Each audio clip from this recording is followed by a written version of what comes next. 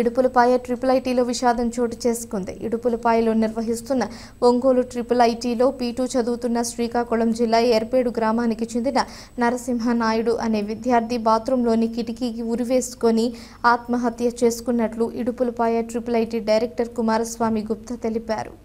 Hostel గదిలోంచి ఎంతసేపటికి బయటకు రాకపోవడంతో విద్యార్థులు గమనించినట్లు తెలిపారు. హుటాహుటిన వేంపల్లె ప్రభుత్వ ఆసుపత్రికి తరలించగా డాక్టర్లు పరీక్షించి చనిపోయినట్లు తెలిపారు. విద్యార్థి మృతదేహాన్ని రాయలసీమ పట్టభద్రుల ఎమ్మెల్సీ భూమిరెడ్డి రామ్గోపాల్ రెడ్డి పరిశీలించారు.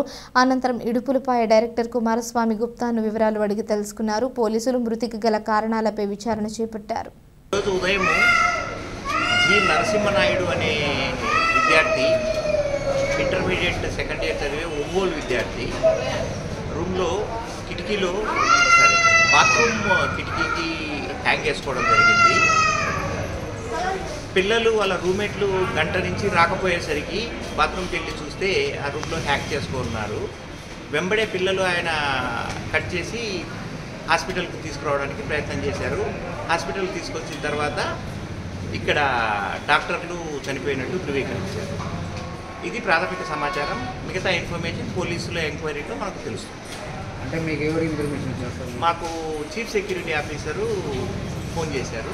ఫోన్ చేసిన వెంటనే బయలుదేరి మేము కూడా ఇక్కడికి హాస్పిటల్కి వచ్చాము. బాడీని ఇక్కడికి